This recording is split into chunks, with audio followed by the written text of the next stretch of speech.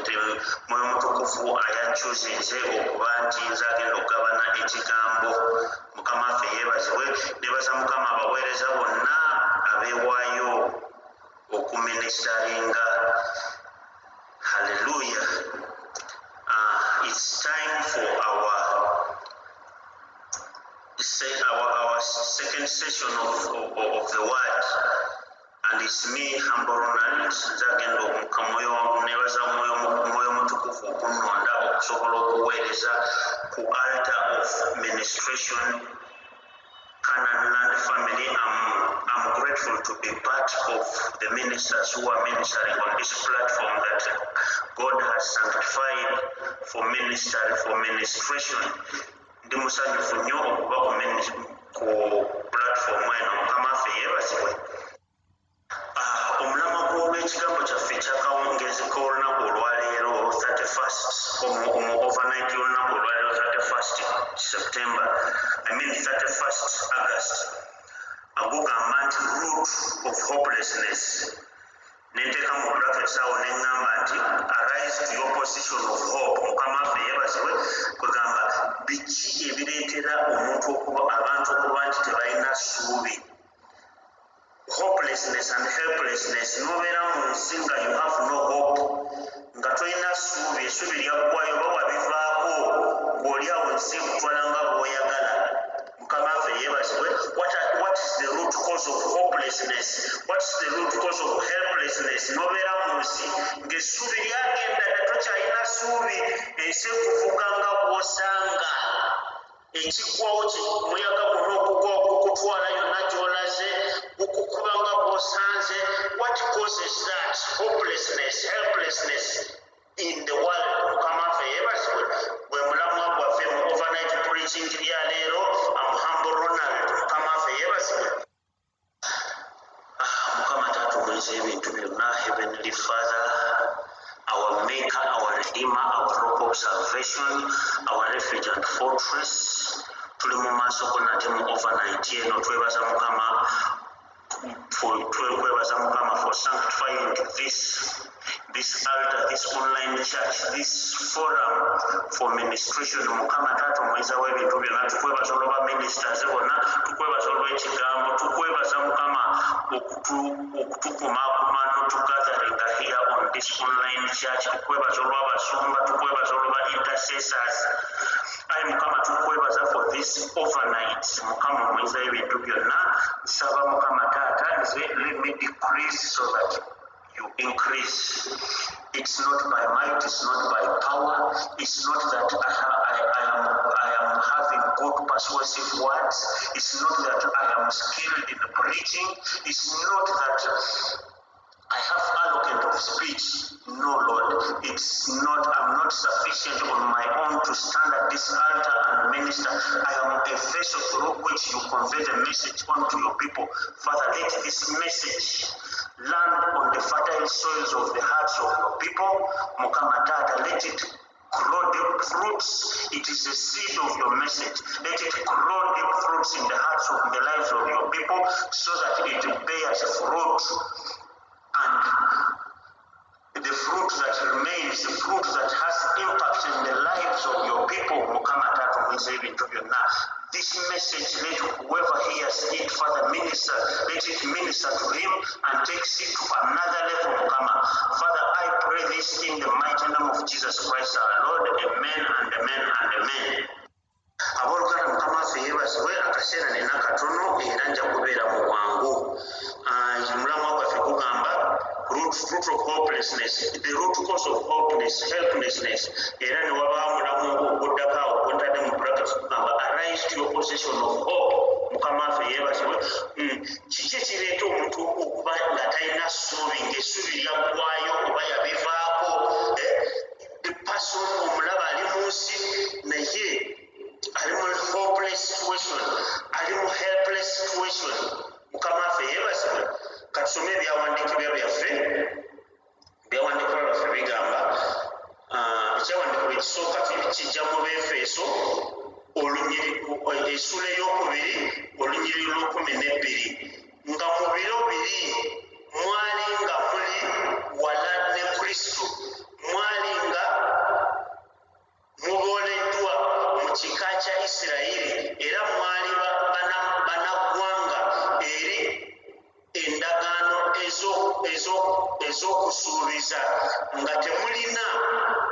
kusuubira kwonna nga temulina katonda mu nsi. Mukama waffe yeebazibwe. Nti kwegamba bw'oba tolina katonda mu nsi oba tolina ssuubi, katonda yeeraga mu kristo nga mu biro biri mwali nga muli wala ne kristo. Yesu katonda yeeyolesa mu kristo. Buli muntu yenna atali mu kristo abeera hopeless in the world, abeera to be hopeless, okubeera nga tolina ssuubi, okubeera mu nsi efugibwa sitaani ne demonic spirits. Mukama waffe yeebazibwe. Naye bw'obeera mu kristo oba olina katonda tobeera hopeless. Katusome mu y'oluzungu. Remember that you were at one time, at that time separated from Christ, alienated from the commonwealth of Israel, and strangers to the covenant of promises, having no hope. Meaning that if you were not in Christ, you had no hope and you were without God. Hopelessness comes without knowing Christ. God expressed himself in Christ.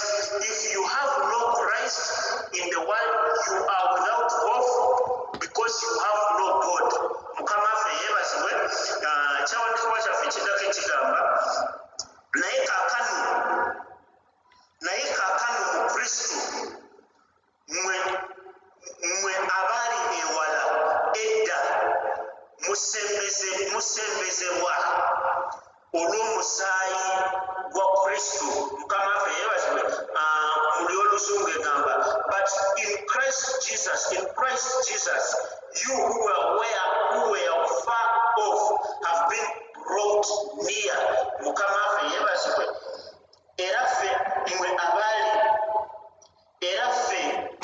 Mukama waffe yeebazibwe.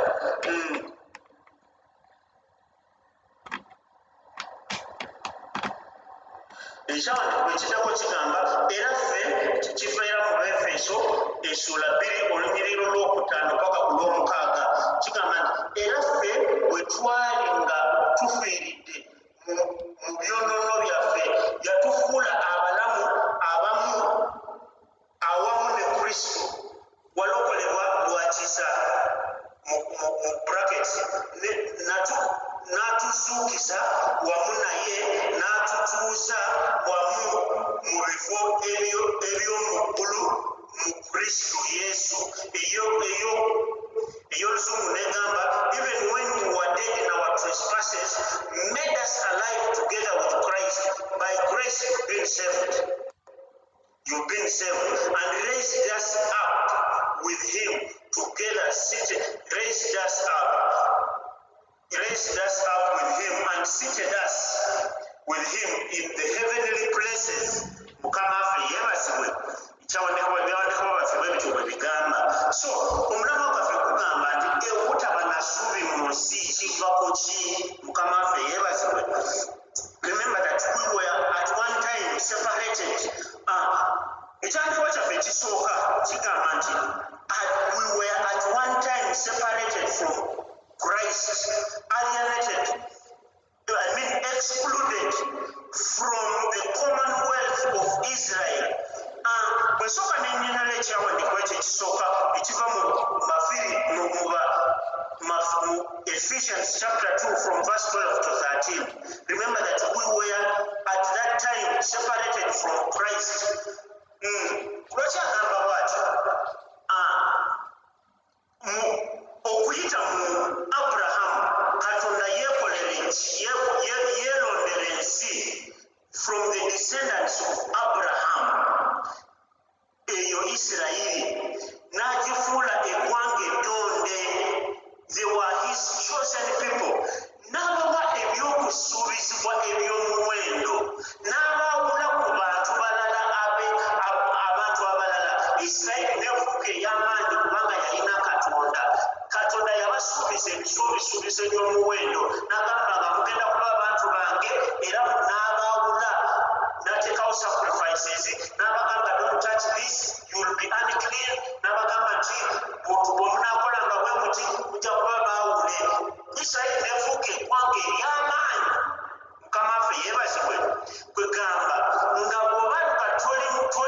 Isirayiri oboleddwa oba mubolererwe Mukama waffe yeebazibwe. Kakati bw'oba nga tewali mu Isirayiri, you were excluded, you were not part of the covenant promises Mukama ze yali awadde Abayisirayiri be baali eggwanga eddonde mu biseera ebyo. To make matters worse, ne Christ bwe yajja yava ate mu balonde Abayisirayiri.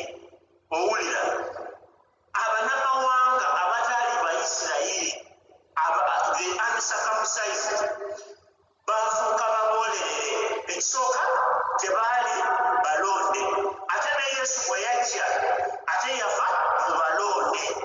Mukama waffe yeebazibwe. So abanamawanga abataali Bayisirayiri bennyini, descending from the lineage of Abraham, they had no hope because Christ did not come from their lineage. Christ came from the lineage of the what? Of the Israelites. So they were without God because God Katonda yeragira mu Yesu. God was in Christ reconciling the world to himself.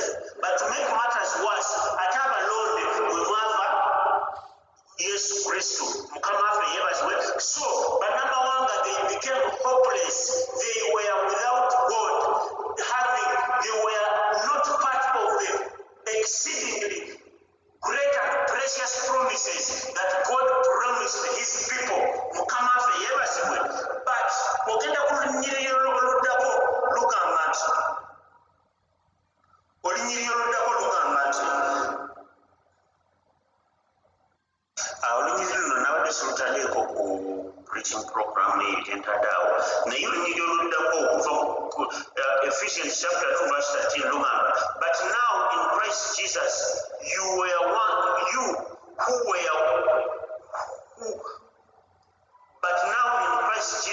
who once were far off have been brought near by the blood of Christ. Mukama waffe yeebazibwe.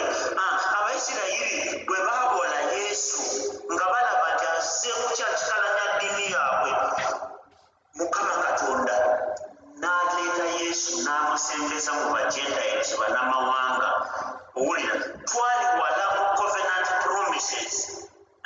So according to the word of God, hopelessness does not come from lack of money, from being born from a poor family.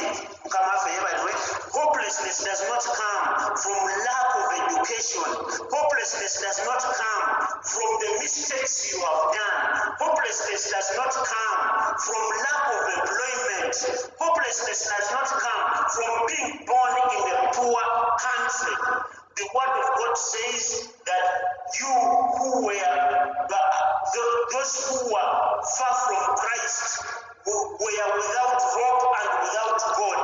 Mukama yeyolesa mu Christ. Those who are in Christ, they are with God in the world. So hopelessness does not come from being born in a poor family, lacking connections in government. Hopelessness does not come from lack of education. Hopelessness does not come from the mistakes you've done. Hopelessness comes from being without Christ. If you don't have Christ, if you are not in Christ, you are without God in the world.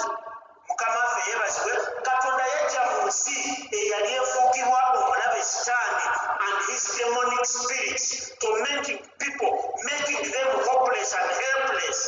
In Christ Jesus, Christ najja mu nsi, Mukama waffe yeebazibwe, and made us come to know God. And God made so many precious promises that those who are in Christ are not hopeless, but they are with God and they are not hopeless in the world.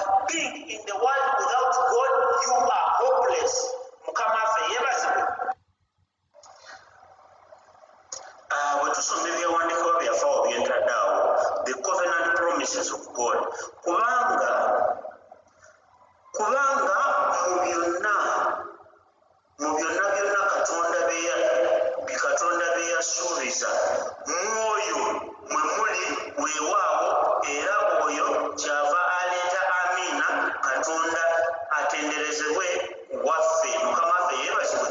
Bw'oyo bwodda mu y'olusungu egamba, for all the promises of God find their yes in him, that is in Christ. That is why it is through him that we utter out amen to the glory of God. Mukama waffe yeebazibwe. Why do they say that all the promises of God are yes and amen in Christ Jesus? Promises za Katonda zonna are embodied in Christ. Ebisuubizo bya Katonda byonna bituukirira mu Yesu. Era omuntu yenna atalina Yesu, God has nothing to do with him.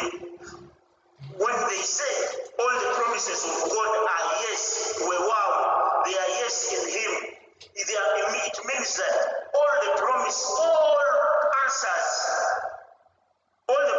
of God are answered in Christ, and they are fulfilled in Christ.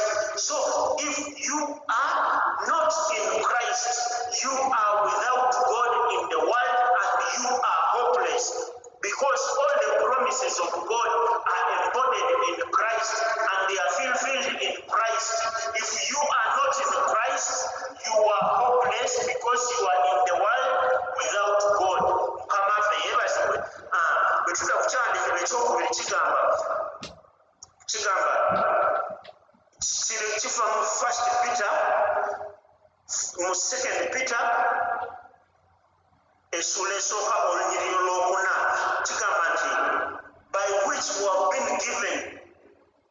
been given to us exceedingly great and precious promises, that through these promises we may be partakers of his divine nature, having escaped the corruption that is in the world through lust. These are exceedingly bisuubizo bya muwendo nnyo. They are precious promises, and they are greatly exceeding. Bya bisuubizo bya maanyi mu Yesu, and they are exceedingly great and precious promises. Bisuubizo bya muwendo nnyo, era bino ebisuubizo by'omuwendo, they are the ones that we claim and will become partakers of God's divine nature in Christ. So if you are without Christ, God has nothing to do with you. Mukama waffe yeebazibwe. And if you are not in Christ, you are without God in the world, and you are hopeless and helpless mu nsi. Mukama waffe yeebazibwe. So hopelessness does not come from lack of education. Hopelessness does not come from being born by poor parents. Hopelessness does not come from lack of education. Hopelessness does not come that you are born in a poor country. Hopelessness comes because you are not in Christ. And if you are not in Christ, you are without God. If you are in Christ, just position yourself in Christ. In Christ, God calls the unqualified and qualifies them. He does not call the qualified, he calls the unqualified. So Mukristo Yesu, anything can happen. If you believe anything can happen, Mukama waffe yeebazibwe. Eyo embeera gy'olimu ng'oli mu Yesu esobola okukyuka. Tolina abamu kumwe you've been in situations where you felt you are hopeless, otolina ssuubi, era olinga yabivaako, embeera eremeddewo, naye njagala nkubuulire mu Yesu you are not hopeless. Olina essuubi ly'amaanyi nnyo, kubanga ebisuubizo bya Katonda byonna bituukirira mu Yesu. They are yes and amen. Ogamba bugambi yes mu linnya erya Yesu, amen, nkitwala. Oclaiminga those promises by faith. So in Christ, you don't have to be highly educated. You don't have to be born in a rich family. You don't have to be born.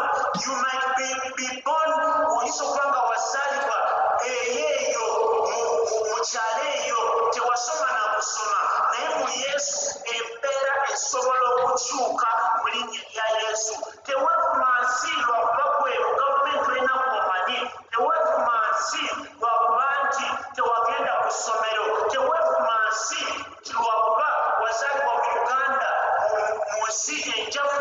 Nodda, bw'oba ng'olina Yesu embeera eyo esobola okukyuka era you are not hopeless in the world. Hopelessness comes not being in Christ. If you're not in Christ, you are without God. Mukama waffe yeebazibwe. Bwe tudda ku kyawandiikibwa kyaffe ekiddako mu gundi eno,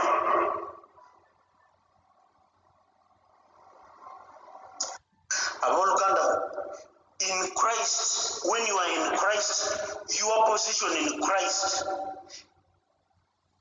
is the highest position in the world, in the universe. Position of height, of power and authority. It's a position of dominion, position of hope and abundance.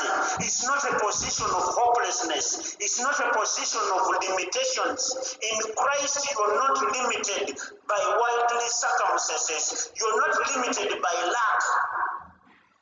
You're not limited by scarcity.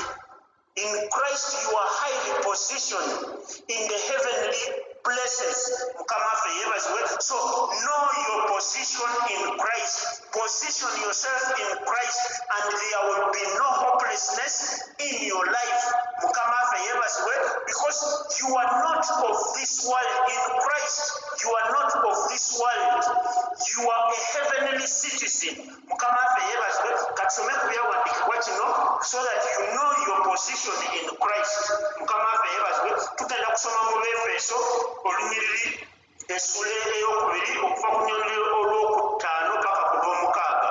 Lugamba nti era ffe bwe twali nga tufiiridde mu byonoono byaffe yatufuula abalamu awamu ne Kristo, mwalokoka lwa kisa, n'atuzuukiza wamu naye n'atutuuza wamu mu bifo eby'omu ggulu mu Kristo Yesu. Bwe tudda mu y'Oluzungu egamba, even when we were dead in our trespasses, made us alive with Christ. By grace you've been saved, and raised us up together and made us sit together in the heavenly places with Christ. Your position in Christ is the most high position. You are seated in the heavenlies, in places of authority, in places of dominion, in places of power. You were raised from hopelessness. The world stands for hopelessness. The world is ruled by ensi efugibwa Sitaani ne demonic spirits zaayo. Mukama waffe yeebazibwe. So you were not only made alive, you were not saved from your sins alone, but you were made alive. You were dead in your spirit, but you were made alive in spirit. You are made alive to God.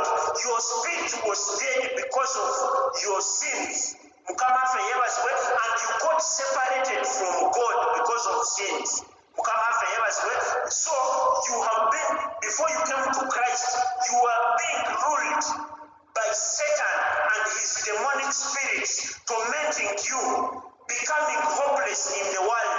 But when you are made alive to Christ, to God in Christ, you became alive to God and you were raised to places of authority in the heavenly places. You are no longer of the world. The world stands for hopelessness. You are in the world, but you are not operating like the world. You are operating in the heavenlies, where Christ is seated above all principalities, above all rulers of the world.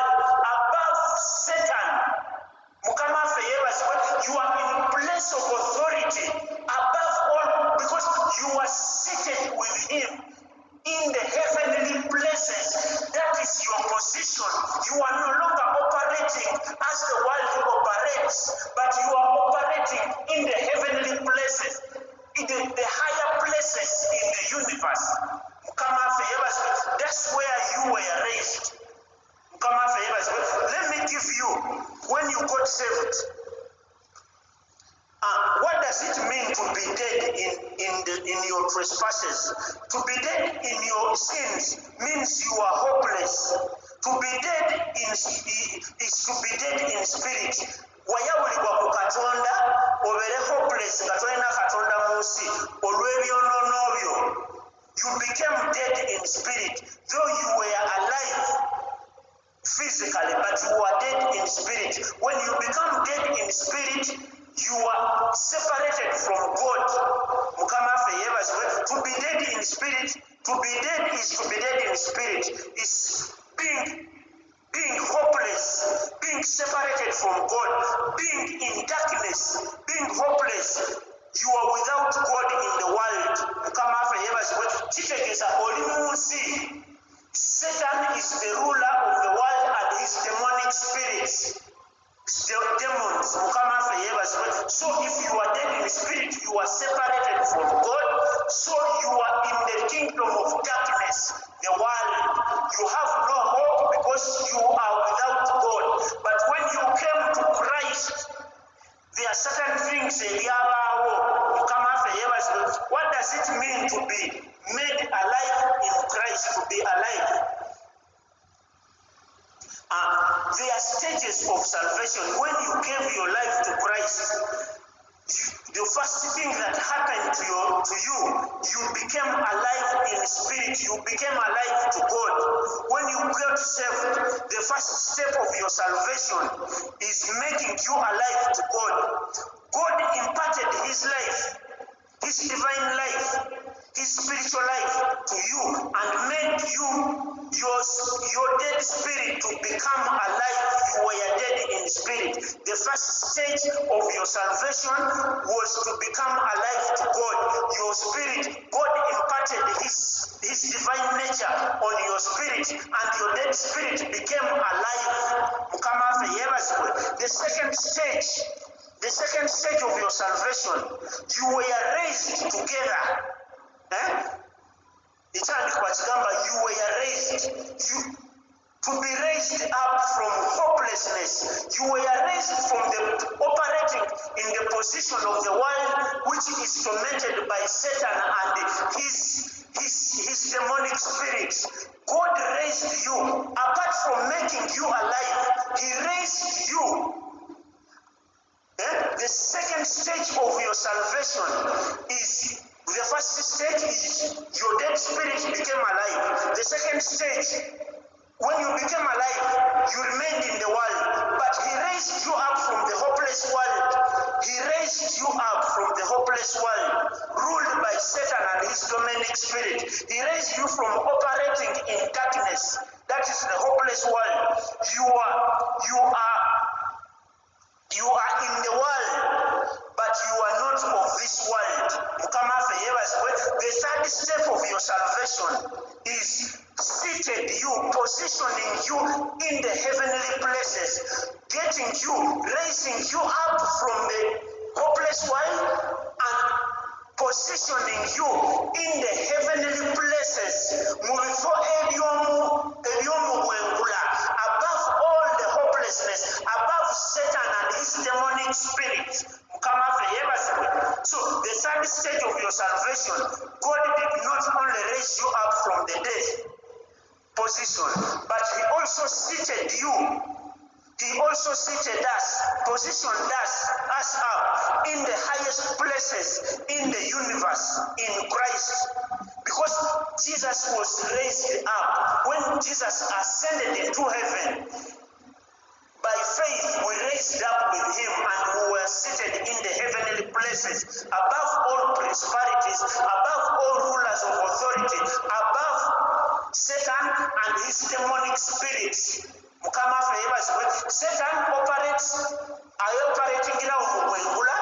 to torment the world, to make the world hopeless. But God has raised you in Christ from the hopeless world to the heavenly places where Christ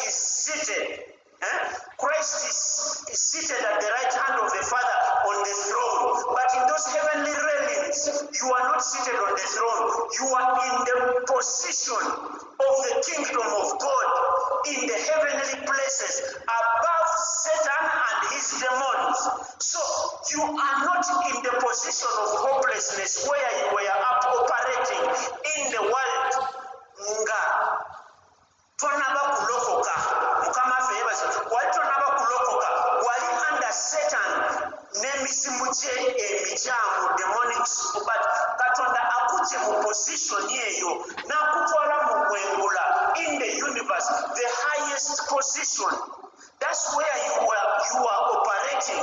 You are operating in the highest. You are seated together with Christ in the heavenly places, above all principalities, above all rulers of darkness. So you are not hopeless in the world. You are not hopeless in the world. In Christ Jesus, you are positioned above all principalities, all rulers of darkness. You have been raised from that point of worldly. You are in the world, but you are not operating at the worldly position. You are operating in the heavenly places where Christ is.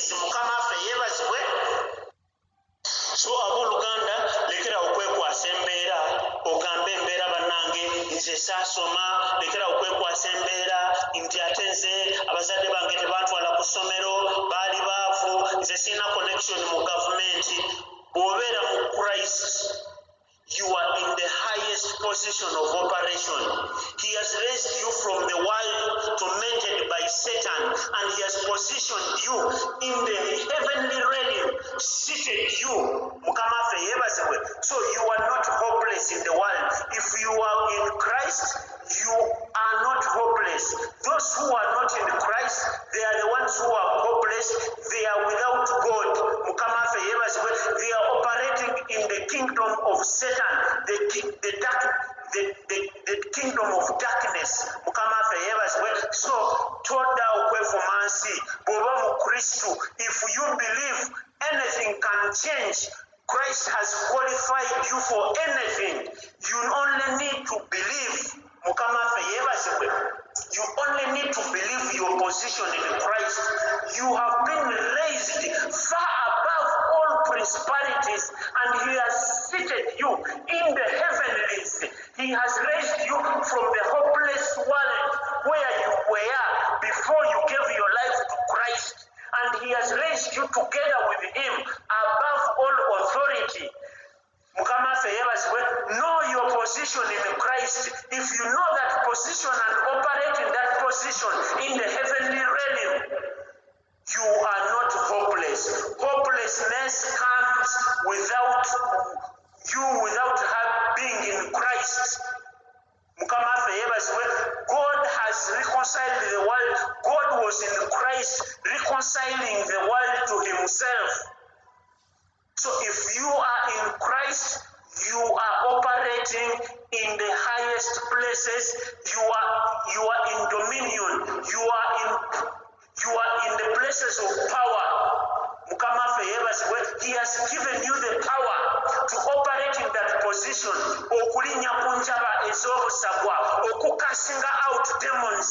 Bw'olimirira bulungi mu Yesu, tewali demon esobola okukulemesa. You only need to position yourself properly in Christ. So hopelessness does not come that eyembera gy'olimu togyevuma. Bw'oba oyina Yesu n'okkiriza n'omanya ekifo kyo mu Yesu nti operating nga you are no longer of this world, you are a heavenly citizen. That hopelessness, that circumstance, you are an overcomer in Christ. Whatsoever is born of God overcomes the world, because you overcome by faith. By faith, you position yourself in the heavenly places. By faith, so akuwadde obuyinza okulinnya ku njaba ez'obusagwa, akuwadde obuyinza to cast out demons, but positioning yourself in the heavenly places by faith. So you are not hopeless in the world. Once you have Christ, you are with God.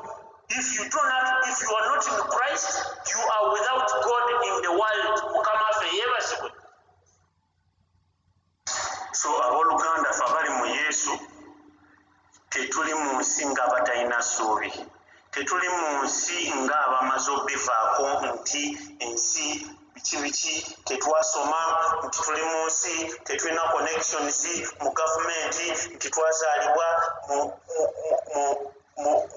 poor places. Nedda, bw'obeera mu Yesu anything can happen. Kyonna kisoboka mu Yesu. You only have to believe your position in Christ. You are not of this world. Katonda yakuraisinga, he raised you up from hopelessness. Mukama ffe yeebazibwe n'akutwala mu bifo eby'omuwengula. He made you alive in Christ. That is, your spirit was dead in your trespasses, in your sin. Mukama ffe yeebazibwe bwe yamala okufuula omulamu n'akwimpatingako obulamu bwe, yakusitula n'akujja mu nsi, no becoming a heavenly citizen. Now by faith n'otuula mu bwengula above all principalities. So you are in the world, but you're not operating as the world operates. You are operating as a heavenly citizen. Mukama ffe yeebazibwe. So hopelessness does not come that bw'oba ng'oli mu Yesu embeera yonna gy'oyitamu esobola okuvaawo kasomanya position yo mu Yesu. You are not hopeless.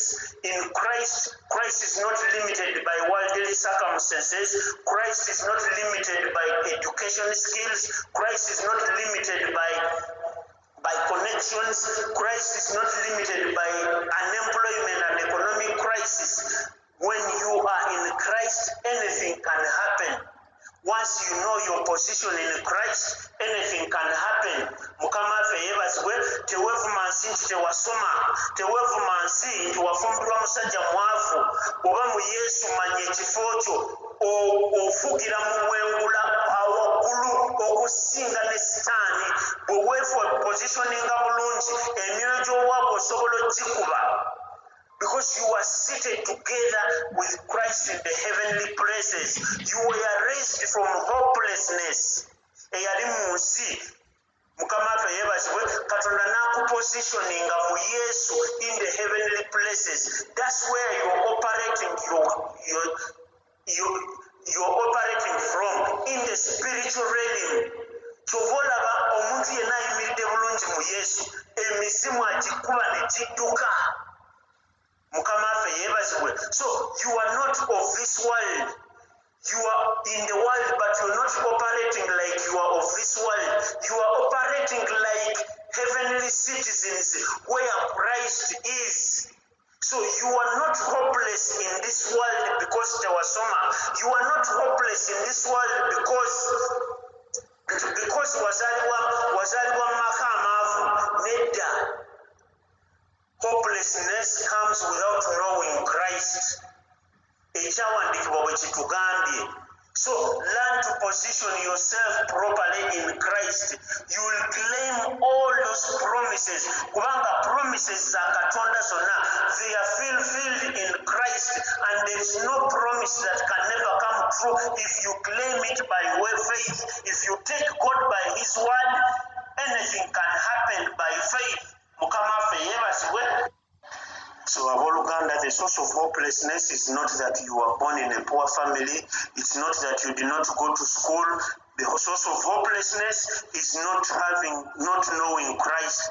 If you don't know Christ, you are not having God in the world. If you do not have Christ in the world, you are operating in the kingdom of darkness, which is ruled by Satan and his demonic activities. Mukama ffe yeebazibwe. But when you are in Christ, you are with God, because all the promises of God are embodied in Christ. Mukama ffe yeebazibwe. Mukama abankumire, leka ekigambo kino kiminsaringe mu mitima gyammwe, kibatwale ku leve endala. Mukama abankubire mubeere bulungi, katweyongereyo ne overnight.